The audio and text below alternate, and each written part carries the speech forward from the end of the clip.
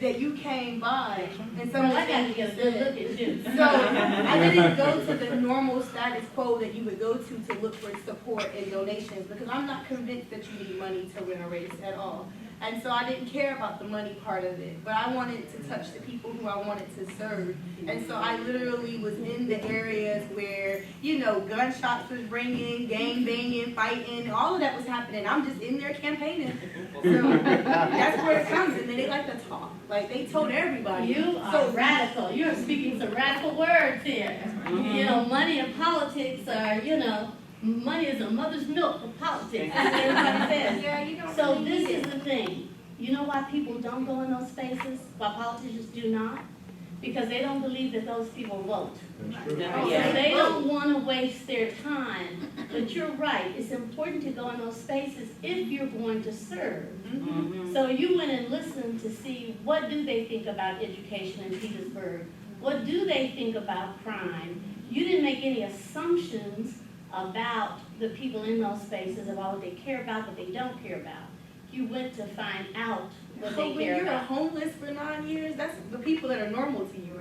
So those are the people that I attracted to, because they were normal to me and they understood how I thought, they understood how I talked. The other people, I just couldn't relate to them, and that's what I was used to, you know. And then when I was running, they said you can't go into convenience stores, you know, you can't go into the ABC store, and I have a BMW, and they're like, you can't drive a foreign-made car, you know, as a U.S. politician, you have to drive an American-made car. All these restrictions on who I could be, and at the time, I had permed hair. Now I'm natural, but I straightened it just recently to do a gun check. But anyways, so I had to get a sew-in. You know, they gave me a sew-in in my hair. They said I needed to do all these things to my appearance. I needed to wear certain colors and things. And when I was out campaigning, I would just go campaigning in regular clothes. And they were like, you don't look like the candidate. Well, you don't look like you should be walking with me. I don't know what to tell you.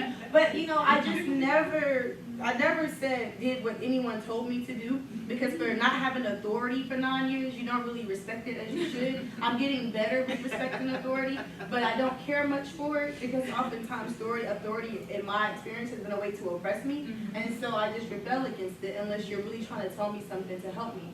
Otherwise, I don't want to hear what you have to say. And so all of the people that worked with me were men, and I was the only woman as my candidate, but my entire team were men. There were no women, because they're like, there's no women in that space. Right. So they were all men, and they tried to silence me the entire time during my campaign, what I should say, where I should go, what I should do, and I did nothing that they wanted me to do. You're speaking, this is a young woman to watch. And I thank you so much for what you said, because these young women out here are getting a real lesson about being authentic and following their own star and their own path. Because you've touched on two things that really matter in black politics today that nobody's talking about, and that is class issues. Class issues have always been a problem in our community, and we don't have time for it. We don't have room for it. In the piece I wrote on Black Perspectives on Politics, I talked about the issues of grassroots black women and how they don't converge at all with the issues taken up by the elite black organization like Links and NAACP and all the people that have money and a history. And I ran from Links. Yeah, I ran from Links. Yeah, Links are. From them. Yeah. They were all these bourgeoisie black women that felt like they didn't come from where I came from, and that I needed to do this and that, and I had to impress them to do what I wanted to do. And first of all, you do nothing for me, because at the end of the day, you probably are not even voting the way that I'm voting, but you're trying to appear as if you're voting the way that I'm voting. And so at the end of the day, I ran from Links because they wanted to they're just like the black bourgeoisie that we had at a point in time in our history. Well, no, we still have them. Yeah, Make no mistake about it. They're still around. I can't serve those type of people. They're still around. And that's what my article was about. We have diverging interests, because now a certain number of us have been let inside the tent. Then those people are being pacified by the status quo. And so they want to maintain their position. And they've left others of us behind, not realizing that we're either going to sink or swim together. So that's what our piece was about. It was so interesting. We had a conference where they had a question and answer for the book. So the editor, I didn't make it, he called me and was like, you know what? Everybody here wanted to jump on you. You weren't here. He said there's all of the barcos were sitting up there. Everybody was like, where is she? All the links and the members of sororities, I mean, man, I ate them alive, okay? Because they deserved it. Because their agenda is wrong-headed. We have incarceration problems. We have transitional problems for black women coming out of prison. These are serious, serious issues. Homelessness. My husband and I have worked with homeless populations for the 25 years we've been married. In Seattle and here. We've worked with Home Again the whole time we've been here. And of course, Freedom House, which is down and out now. And nobody cares. Tim Kaine got out of office and Freedom House failed. And I have never seen this much lack of compassion for anybody. So, you know, I say this, you know, we can't, but you're talking about, you put these issues on Front Street. You know, what can we do? How are we going to help? And I'm amazed that we're sitting around while these black men are just getting shot left and right. And everybody keeps saying, oh, I thought it was my taser. Oh, I didn't mean to. Oh, you know, and it's just, now it's happening. If everybody noticing, the frequency is getting. So, Anna, I want to ask you something. You're from the West Coast. So I want to know, how did you get involved in activism here in Richmond? Did something happen? Did you have an epiphany? Was it gradual? You started working at Birdhouse and then you noticed something, you said, wait a minute, I can't take it. Yeah, way before. I was the child of a generation, the first generation in my family to go to college, and they were, to me, we were not of that class, right? We're not of the bourgeoisie, not any of that, right? But my grandmother was someone who read constantly, so we grew up reading. That was just, you fell out of bed, fell into bed reading a book, reading by the light under the crack in the door. You know, I remember dinosaur books. And so they gave me books all the time. And so one of the first books that my father gave me was Jacob Lawrence's Harriet Tubman. And that was something that has never left me. I can still see the book. I can turn the pages. I can read it, you know, with my eyes closed. And so it was a combination of art and history and words and power, and you know, so it was a very important sort of marker. But really, I have to blame all of them. So I was quiet until I got to Richmond. So, and I was 28 when I came to Richmond, and then I was married, and then I got divorced later.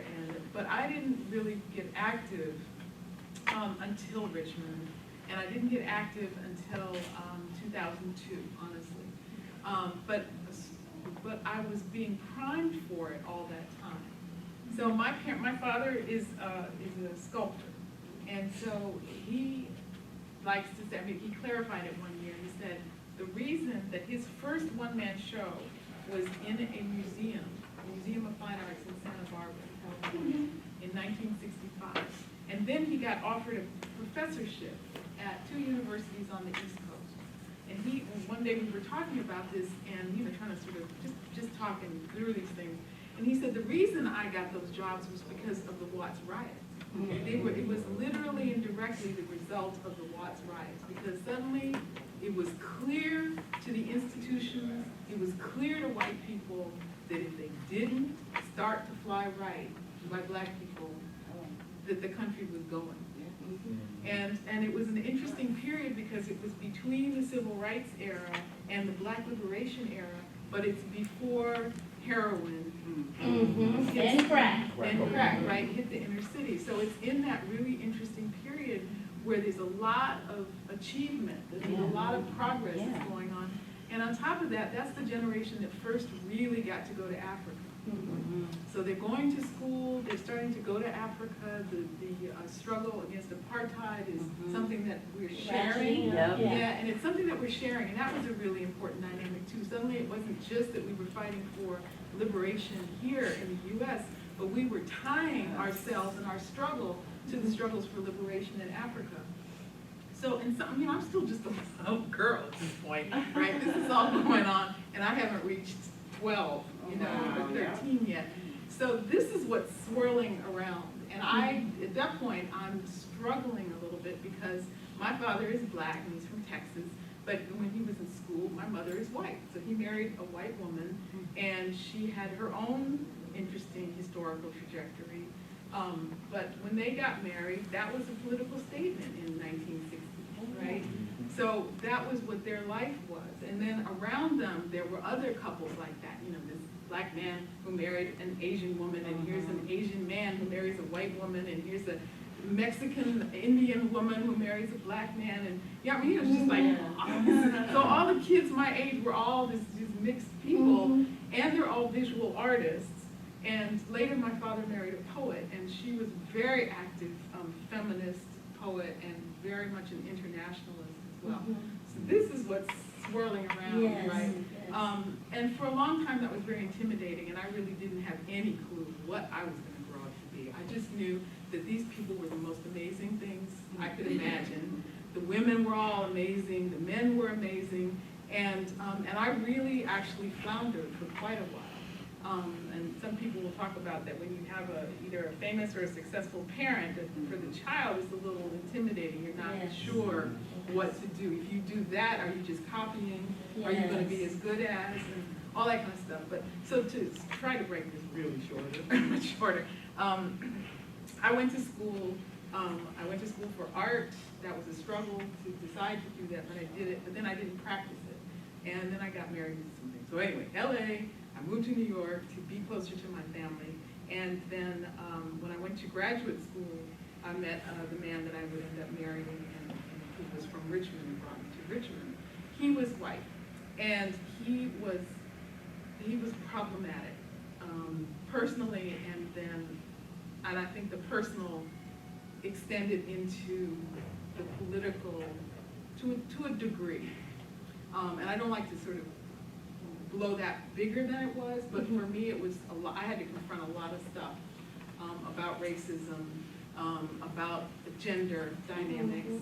One of the lessons I got from my aunt at that point when she said, you know, racism is a huge problem here. She said, but gender, sexism came first, and you find it everywhere. And so there was a lot to deal with that. So we ended up divorcing. And I had a son from that marriage who looks white. And later I had a relationship with a black man here in Richmond, and so I have a second son who looks black. And so here I am half and half, right? And I have, you know, a son who looks white, and I have a son who looks black. And so we look interesting walking down the street together. But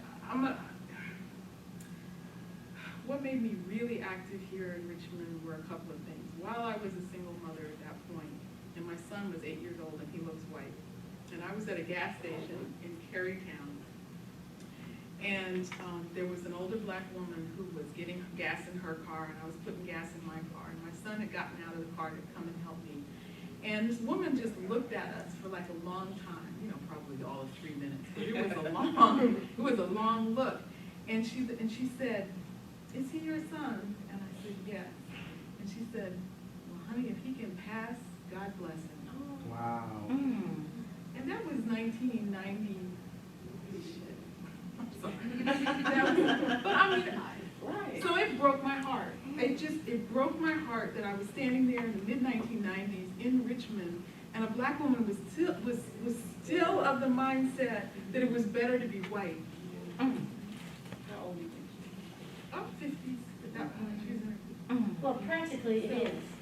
I know it is. I mean, but that's... Are y'all upset because I'm saying that? No, it's true. No, it is. It's true. I mean, I don't mean any harm. I don't think anybody should want to do it. But it is still what people are dealing with. Yes. And it is still what I come to understand about Richmond. And, you know, this is the place, and I'm sure it's not the only place, but this kind of is the place where it really got codified very early on. That if you were going to make it, and if you were going to matter, the whiter you were, the better. And you can see it in the destruction of the relationship between Indians and black people. Yes. You can see it in the ongoing dynamics that we are still dealing with. The fact that the black bourgeoisie in this town is utterly silent on this issue of Shako Bottom, Yes. which shouldn't be that scary for them. No. But they are silent. I have heard people have told me they are just waiting me out. I'm a newcomer. I don't belong. I don't have any business. And they're just going to wait it out, right? So I'm glad because I don't have any relationship to that community. I'm not wedded to it. And the only thing I have to throw this in because it becomes a dynamic of what it means to be a light-skinned black woman, is that I am accorded privilege. You know it. I know you know it. Every light-skinned black woman knows it, that you are accorded privilege when you walk in the room. Unless you act angry, then they go, well, maybe she's not as black as that other person. That's my problem. That's my problem. But it means that people give me voice when I walk into a room, or they give me space. They're not, so they're not, and then I get the, are you Spanish? Are you Mexican? Are you Israeli? Are you, whatever, all that kind of stuff. But recognizing what that gives me made it even more clear when that, especially again, when that woman said that to me about my son, and knowing what he's had to go through a little bit because of this situation from both sides. That just really codified for me that whatever privilege you are granted, you have a responsibility to make use of in service of the people and in service of the community. And so ultimately, it was meeting my husband, who's been an activist since he fell out of a Catholic seminary into a Black Panther Party meeting, and he's a white guy from Boston, so I'm just like, but when I met him, and he was, like I said, he was already an activist, and it was around the story of Gabriel's rebellion, and it was Gabriel Prosser. yes, we don't use Prosser, and I'll tell you. Okay. And it's important, but Gabriel represented somebody who understood the situation that he was in, as devastating as the consequences were going to be at any moment in time. He determined that he was going to rebel, and that there were people around him who felt the same way he did, and that he was inspired by the Haitian Revolution because there were refugees from Haiti in Richmond at that time that were black refugees, and that he wanted a life for him and his wife, and it wasn't going to happen unless he did Or something. try. And there were others, and what we don't have the documentation for is that she was as much a part of that rebellion as he was. And so it goes into, how are we documenting what the women have been doing all this time in terms of resisting their circumstances. So, I mean, I can go on and on in many directions, but Richmond is the reason and the fault for my activism, because I have never, my uncle said you didn't know how African American you were until you moved to Richmond. But that's because this history lives here. It's not just history. It is, and we are in it. Yes. We are making it as we sit here and talk. And I cannot tell you how I'm not. So don't hate me, but I'm not a Christian. I'm not a church-going woman. I'm not a Christian. But that's okay. But in terms of understanding spirit, yeah, absolutely.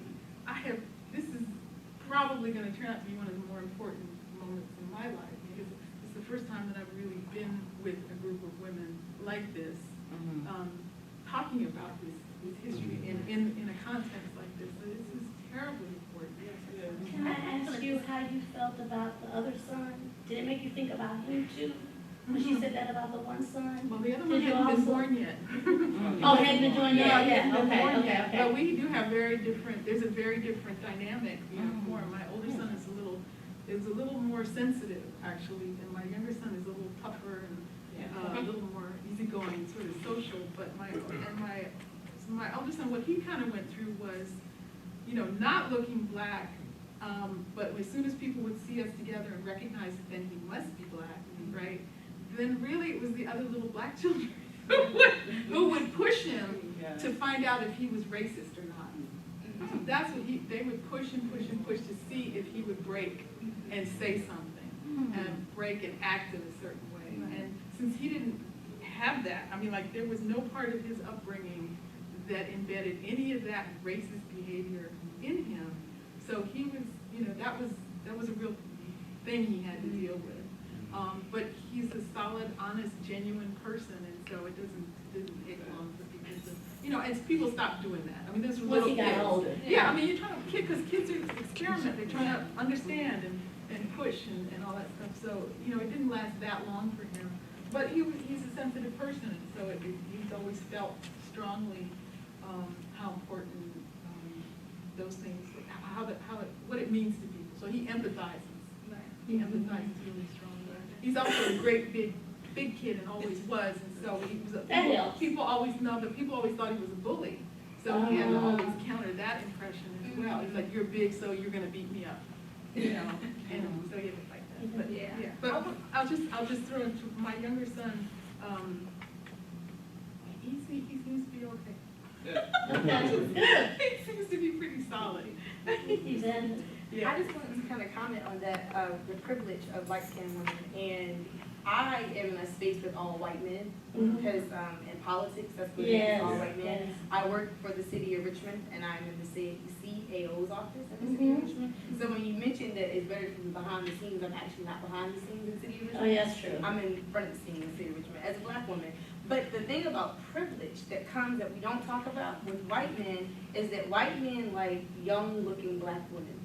And so, because I am in a space that a lot of other black women don't get to be in, and I look very, very young, so they assume that I am in my 20s, I have a privilege that a lot of women don't have in the space that I'm in. And so when you say we have to use our privilege, I use my privilege every day, and I know it's a privilege, and I use it every day, especially right here in the city of Richmond. I am in meetings every day with all these white men, and they're talking about and deciding the future and history of Richmond. Yes. And I am in charge of a portion of our budget. It's $2 million, and I'm in charge of where that money is going to go next. Yes. And so in this space, I get to use the privilege to speak on behalf of those who these white men do not feel are worthy of what the resources that we're trying to divvy out. Yes. And so it's been very interesting to me from the Pentagon, which was all white men, to now in the city of Richmond, where we are a 51% African American city, but the people are making the decisions are all white men. Yes. And so, but they have this thing for me, you know, and it's disgusting, very disgusting, but What can you do when you're attractive? I'm I'm not hating you because you're beautiful. No, and the thing about it is,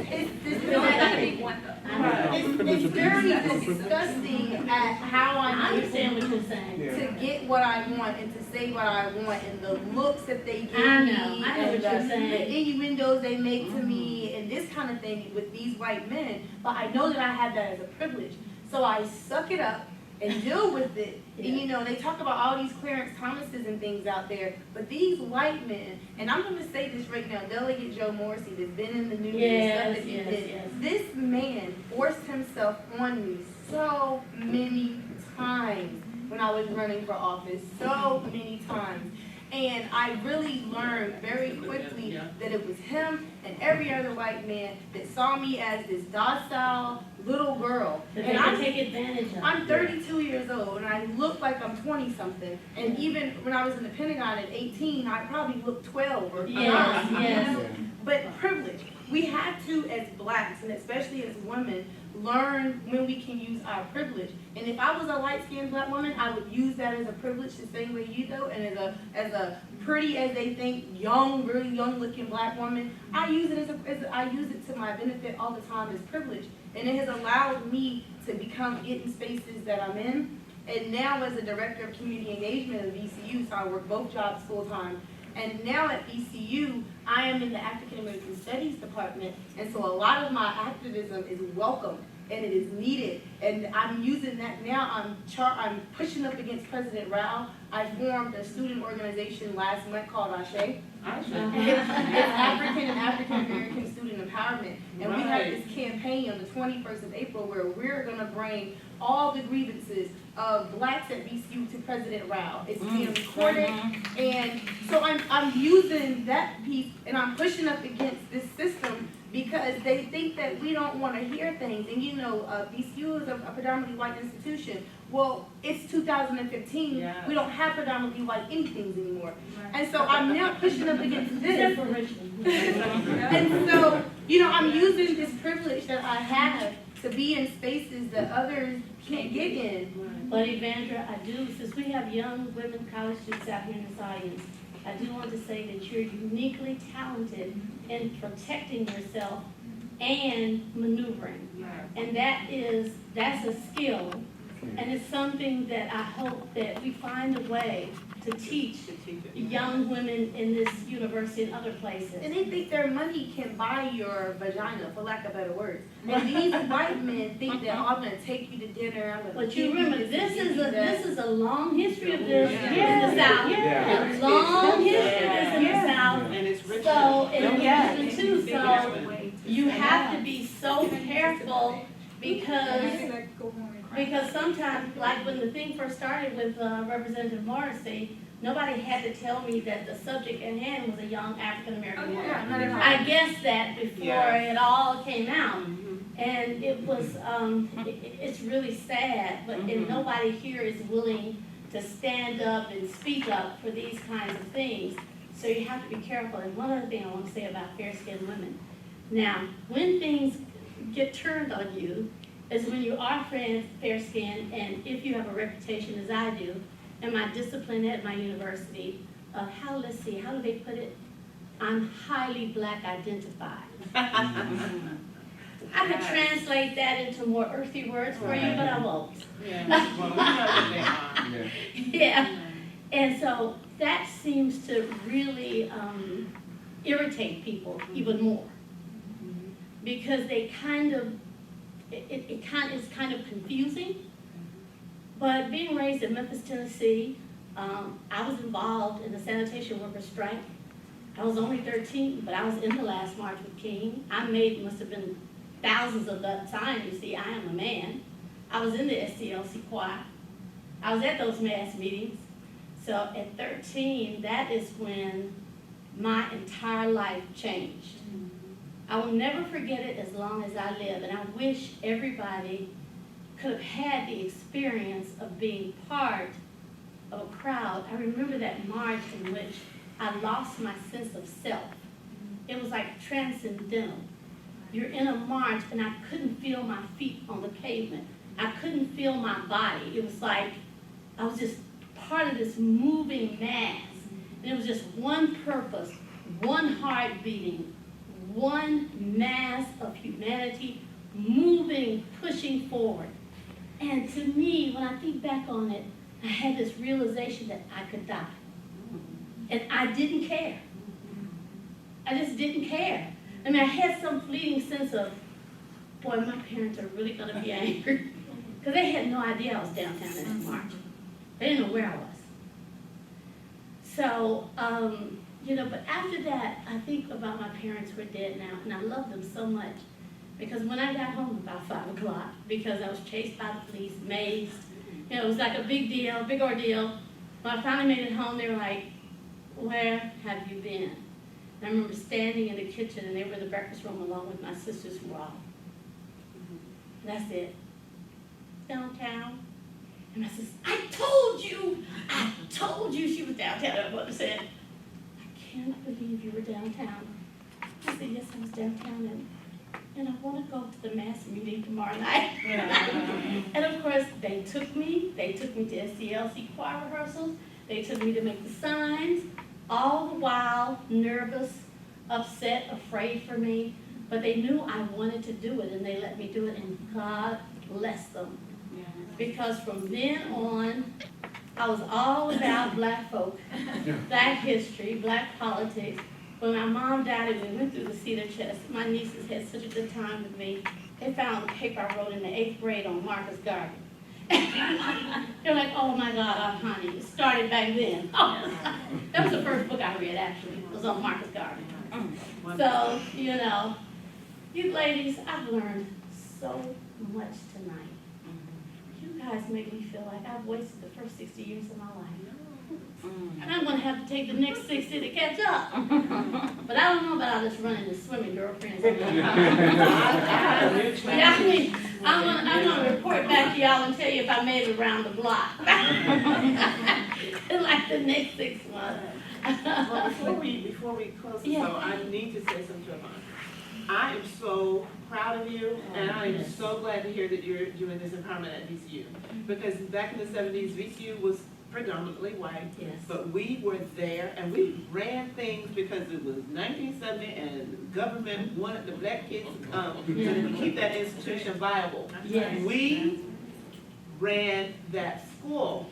We started the Black Student Alliance there. Yes. We started the intercultural Yes. festival stuff that's going on there. That was us.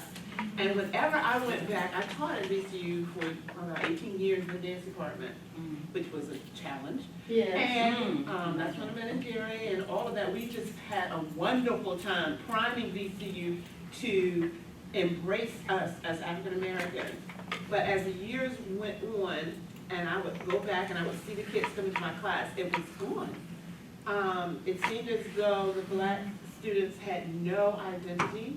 They were not pushing or pressing for that which Yes. they needed to Yes. continue on that campus. The stuff that we started had just seemed to disappear.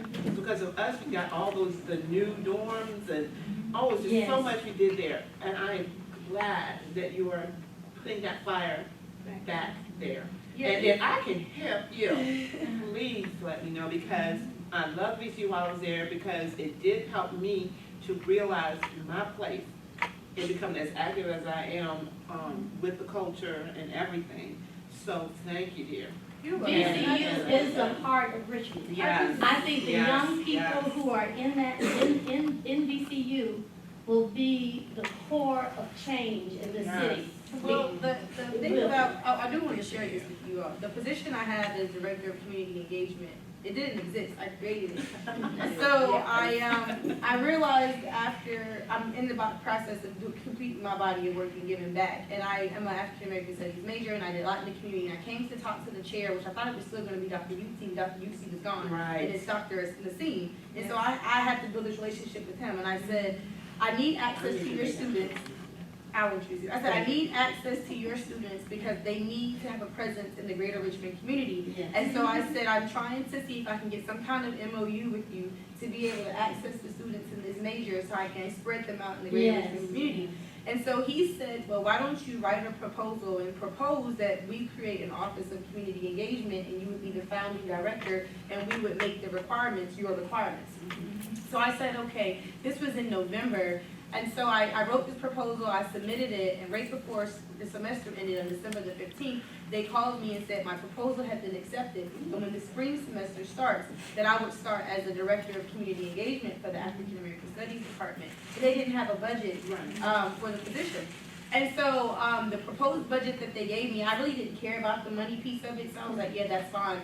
But because of what I bring to the position, the pay they propose, I'm getting paid entirely way more than that now. I don't know where they're getting this money from, but however, that's not my problem. So, but I say that because I've done this like movement on campus, and I have all these students involved to really press the system and the institution that we have a voice. And the last incoming class was about 3,500 students. 500 were black and over 1,000 were international students.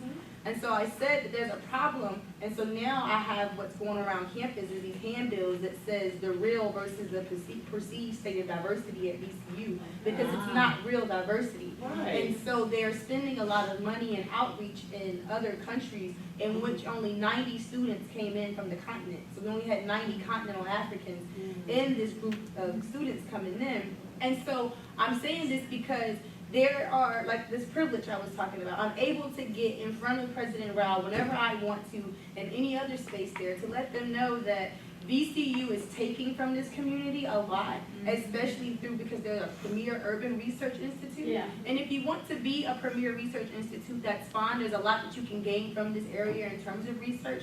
But we have to give back to the community, and we need to bring resources to the community. And so if the Division of Community Engagement for the university do not want to do it, they don't know what community engagement means, then I'm going to do it. And so now I use this space to do that. And we didn't have an opportunity to have a table to put information on, but on the East End, I'm holding a Children's Mental Health Awareness Recognition Day on May the 16th. And I have President Michelle Mosby and Dr. Cynthia Newville going to pass a proclamation in the city of Richmond to say that every year in May that we honor our children's mental health. And I'm taking VCU's resources and I'm dumping it on the East End. And I'm using their resources like it's mine. I'm doing what I want to do with VCU's money. And I'm dumping it over there in the East End. And I plan on doing that throughout the entire city of Richmond. I'm going to take the city's resources and I'm going to allocate where those go. And I'm going to take the VCU resources and allocate where those go. And then until people understand and realize that these resources need to go in the right places, I'm going to keep on pushing it. Pushing the envelope with that. And so now I have two of the largest entities that makes decisions. I'm working for both of them, and now I'm allocating where their resources are going. Well, that's what I meant when I said those good. I didn't mean behind the scenes and that prominent, but I meant behind the scenes and that as long as you don't hold office, you can do a lot because that's why governor is 25. The media is not going to scrutinize you. Yeah, okay? They're not going to scrutinize you. You're important, but they're not hip to what you're doing yet. Mm-hmm. So you're going to be able to do a lot, and then when you get in office, you're going to have to be a little bit slicker. No, I'm not. You're going. Okay. I'm not. I was going to say maybe you need to find another you. You know, no, I'm not going to change who I am because when I run in 2025, the people that are going to be voting are the people I'm impacting right now. Okay. So all those other people, they don't matter to me. Okay. It's the students now. It's my 12-year-olds now. Yeah. It's my middle schoolers now. Gotcha. It's those people. It's my Okay. community members now that have a history of voting in numbers, but haven't been given an opportunity to exercise that right. I don't care. So about you're going to these make rural them care about voting because you're going to address them. Yes, I am, and Gotcha. but I'm not going to just do it. I'm going to tell them. That's the 1970 revolutionary thought, It is. and I love it. Yeah. Because They're gonna think differently, and that's where it needs to I go. think that's the way to think, though. It really is. Instead of saying you don't vote, so I'm not going to talk to you, take the opposite stance. You're talking to them, so you're going to make them But they vote. They vote in record numbers, and a lot of times they vote against what they feel about inside because Right. they're not told why they should vote. And so that is a community of people, a population of people. With just them alone, I could win governor of Virginia because these rural white people that and other black bourgeois people in these spaces that they target to, I don't need that space. This is the people I need. This is the energy I need. This is my motivation. And I The don't. other thing I want to tell you though is don't forget the black women because I gotta say I'm this. not gonna forget black women. Well, one thing I do want to say that's on my heart about in Jerry and the way I felt she was not honored as she should have been at her death. And, you know, I came over to a lot of meetings to plan the memorial and there was no representative from African American Studies. And that really hurt me because she founded the program. And these were African American men who should have been present, and they were not. So I would just say you try to push them a little bit too. So to not forget the sisters, you know, who without her, they wouldn't be there. Yeah. Oh, thank you so much, everybody, for coming out. Thank you, Darlene. We have to get together and do a joint film festival so we can just blow it up. No Q&A? No. Oh, okay. Sorry. Sorry, I'm a terrible speaker. Oh, okay. Audience, come Well, forward. I had a question for Ms. Edwards. When you were talking, I wrote a couple of stuff down here. Similar between your story, your history, and Rebecca Walker, Alice Walker's daughter. I also wrote down here similar trajectories, nuanced, complex, interracial, multiracial activism. We were speaking about colorism. And I was also thinking about Julie Dash's Daughters of the Dust. Because in there we know that she had a black female who was involved with the Native at the same time. And there was some interesting things there about interracial dating and marriage and what have you. So my question is about, in terms of activism, what would you suggest in terms of speaking to interracial, multiracial activism? What can you say in terms of how do we improve that? Because we know it's more complex, more nuanced. And what can you say in terms of speaking to that?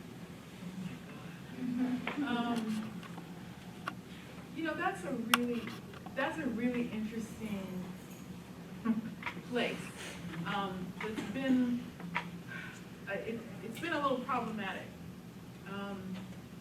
And I think it's going through certain kinds of growing pains, because one of the things that I realized was so important about working so the defenders said, okay, sorry, I'm rebuilding this, right?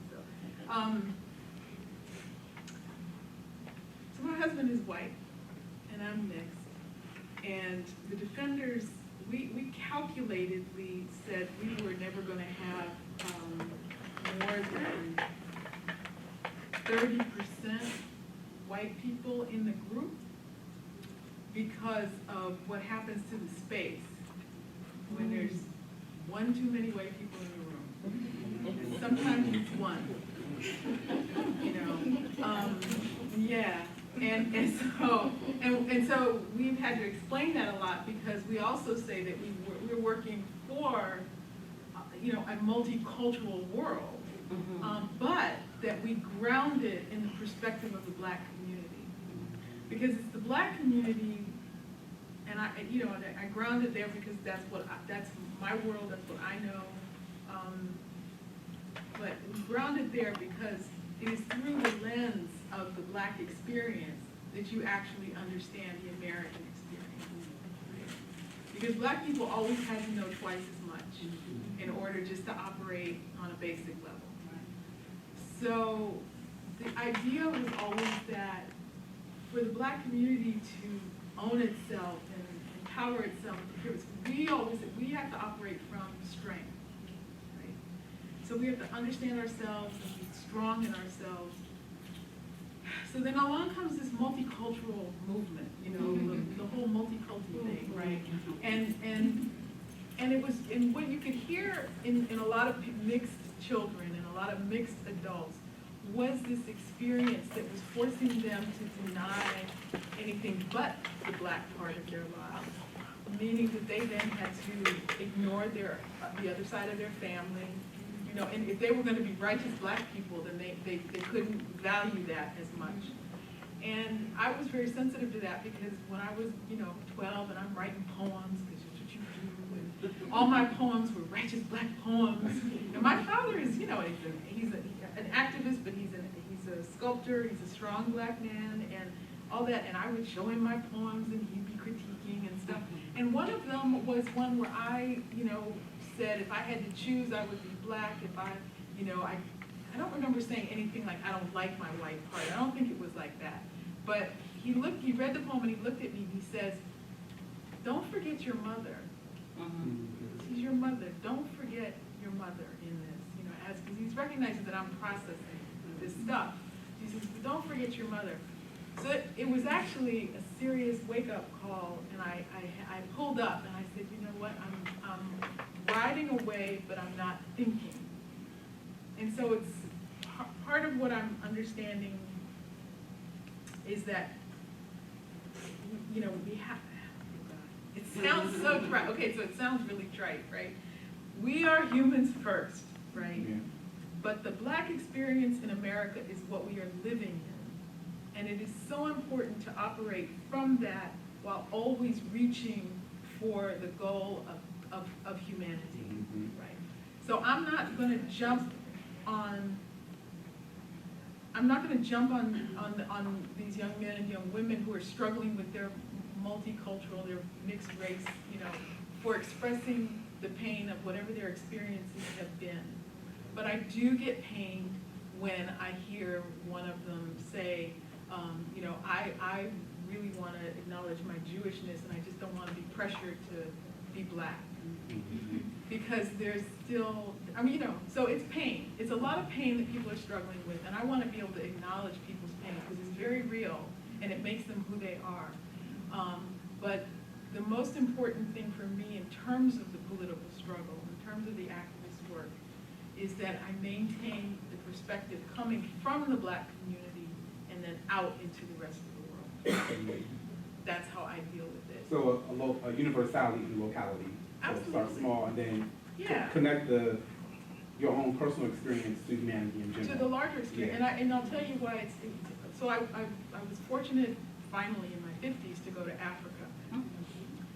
So to go to Africa and hear from Africans, you know, who they are, not what I perceive them to be from over here, not what we're reaching for, not what we're hoping for, not what we craft, but you know who they are. And that was very helpful. My father used to always talk to me about that too. He's like, you know, don't over romanticize, don't turn people into, you know, and it was okay to say, you know, you're a queen here, but don't confuse that, you know, with the fact that queens and kings kind of behave the same way everywhere. Yes. So then we're jumping right into the class thing, right? So for that kind of stuff. But so it was very helpful to go and see a place like Mali in West Africa, where it's the 25th poorest country in the world, but in 2010 when I went there, I had never seen such resourcefulness all around me.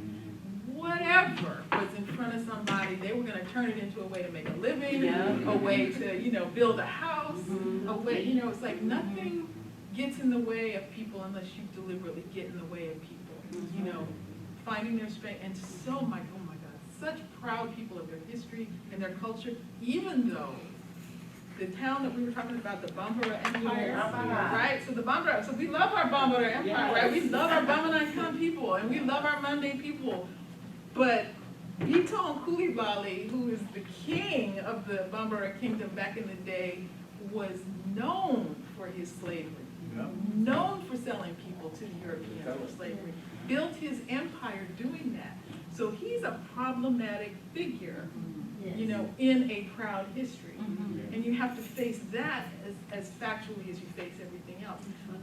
Nobody's going to say that I now need to condemn black people and say Africans, you know, contributed to slavery, because that's not the case. You know, yes, he did, absolutely. And yes, there were other kingdoms that did that kind of thing.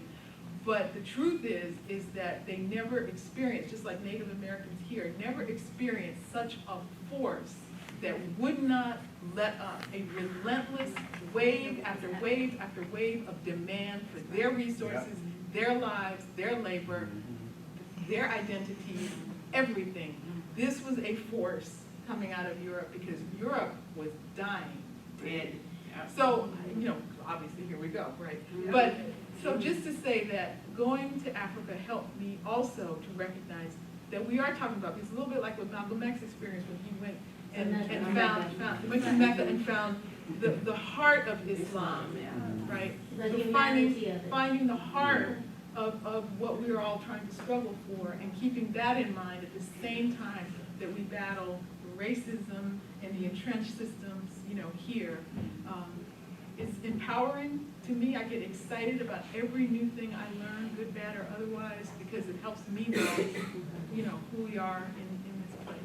I wanted to ask you, regarding Alice Walker's story, because I've read her book, I don't know, it was sad and poignant. I think some of this about interracial children, I think some of it had to do with her humanity and with the fact that her mother and her father were not speaking, they were not communicating. And now the daughter and the mother aren't speaking. Yeah, but they didn't speak or communicate, and they had very different styles of child rearing. And I have a unique situation in that my husband was married to a white woman for a long time, and so I have two stepchildren who look absolutely white because my husband is very fair. And so they grew up really hard because as soon as people found out that their father was legally black, then they began to racialize everything they did. So they started to say, oh, well, what do you like, hot sauce? Right. Oh, that's why you order fried chicken every time we go somewhere. So they began to racialize every little thing. So they say now, there's like 38, 36, they say now, God, we're so glad we had you for a stepmom. We'd like to be crazy now on drugs. But, so I had to, you know, like constantly talk to them about what was going on. But that's what I got from her book, is that she was trying to explain what was really a failure of parenting. It was something about race, but it was also confusion generated by her mother's kind of neglect, even of her just as a child. You know, she talked about going to San Francisco and being allowed to do whatever she wanted. been going with her father and having the stepmother to pick up from school and making brownies and she just had, so some of it was that, and I think that when I hear, you often hear white conservatives say things like, well, the Africans are the one who sold the Africans into slavery. They always, As if that, always, like, first thing come out their mouth. that absolves them of any responsibility for this. But I always remind them, well, yeah, human beings can oppress other human beings all over the globe. Human beings do that. All human beings can be greedy. All human beings can be cruel. But it doesn't absolve anybody of the horrific form of slavery that took place here. Especially in this state, when they banned the importation of slavery, and then Virginia led the Confederate States and the breeding of slaves, with some women having as many as 30 children in their lifetime, which was like horrific. So, it's... And then you go up on Monument Avenue, which I was Saturday, and you see the Confederate flags. Oh, yeah. And one guy's, I'm looking at him, and he's looking at me, he's like, what are you looking at? I don't understand why people think... And you said, I don't know, what am I looking at? That's a good question. Black bodies in effigy, what am I looking at? You tell me. Yeah. So, Somebody in the back? Oh, yes, I did. Hello. My name is Tashana Marsden. I'm a graduating senior here at Virginia. So I just want to thank you on behalf of Sigma Tau Delta for coming out. You're doing a very good job. But I did have a question. You guys addressed everything under the sun. This was great. I'm gonna start running because I need to get healthy and stuff. I gained so much weight. I had a huge health issue that started pretty much my freshman year. And since then, I've gained so much weight. And today, I was like, oh my gosh, I can't go to graduation looking like all these cheeks. And I bought this soap. It's like a natural soap, but it was like fat burning soap. And I bought it, and I was like, wait, that was so stupid. That's what So my boyfriend was making fun of me. He was like, they just got your money for no reason. The question that I had actually is a struggle that I've had since I met my boyfriend. So as an African American woman raised by a single parent, like my mother, and I was also in the household with my grandmother, my great-grandmother, and my aunt. So we were all the generations in one house, one apartment. And the dynamic was very different because I have a grandmother who, she is from Jamaica, but she was there during when Britain was ruling, and so she's naturally kind of bougie, so she has her way of doing things. My great-grandmother, she used to treat me differently because from my cousins because I'm darker. So she had that thing, but these are things that were embedded in them because of the time frame in which they, came into the world. So with my mother, she was more modern. She had me when she was 21, so she had more of a new mindset. She did see the flaws in the parenting from her mother and my great-grandmother, so she tried to break that, barrier that was going on in the household. My question is, one thing all these women had in common is that they were all very power to the women and very strong-minded. However, all of them were single. So my question is, now that I'm a senior in college, getting ready to go out into the real world, I've been dating my boyfriend. We met at registration here. So we've been dating the whole time. And I don't really know, I want advice from what you think, how do you take away, how do you be a black woman and independent and strong without being too, I can do it by myself? Because I'm, having that problem. I keep a lot of things, to myself. A lot of my what I consider my business to myself, and I don't really let him in. And then sometimes I make all the decisions, or kind of leave him out. And kind of, how do you demasculate? Emasculate. There we go. Can never get that word. From emasculate. manipulating it. Exactly. I don't want to do that. And I was just wondering, for some of you women who are married, all of you are like strong black women. So how do you play the role of being like a strong, empowered, educated black woman without, you know, overbearing in the household? My husband is here, Oh, hey. and I didn't get married until I was 34. That's a Oh, good that's a thing. good Yes. I could have had my Mrs. when I graduated from college. I got engaged when I was a senior in college, but then I really thought what it meant to be married, I decided that wasn't for me. I do think waiting till you're a little bit older and finding your path, because when you're first out of college, there's so many different opportunity things going on. I'm not saying dump your work, I'm not saying that. Oh, But so you have to talk to him and let him know what your path is, because he can't read your mind. And on top of that, we as women, yes, you can still be a strong black woman, but then sometimes you have to fall back and let your man be the man that he's supposed to be. And that was something I had to learn early in my relationship with my husband, because I've been on my own since I was 20 years old. Living on my own. I grew up in a single parent home. My mom, she said, I know I should be independent, but dang, you are a little bit too independent. And so for me, I had to learn that, okay, yes, I can do it all, but I don't have to do it all.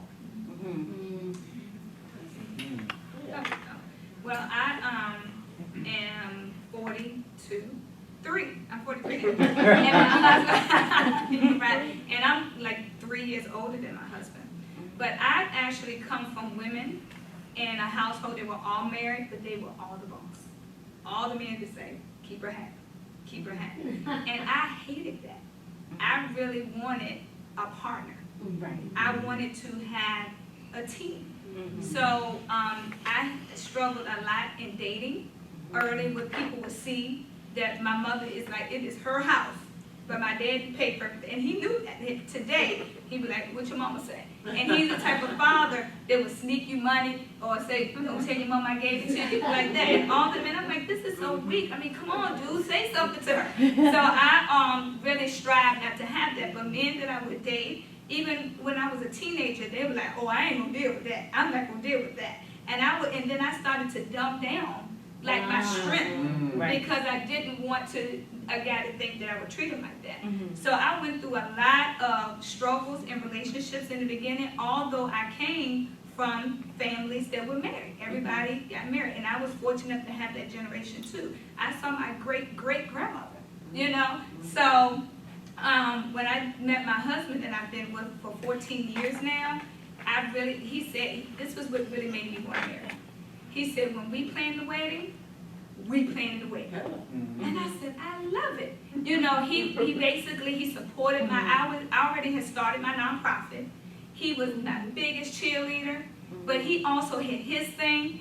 And then I really was his cheerleader because he coached basketball. So, and so we actually figured out a way that our busy lives that we had prior could still be what our own passion was, how we could help each other and walk that path together.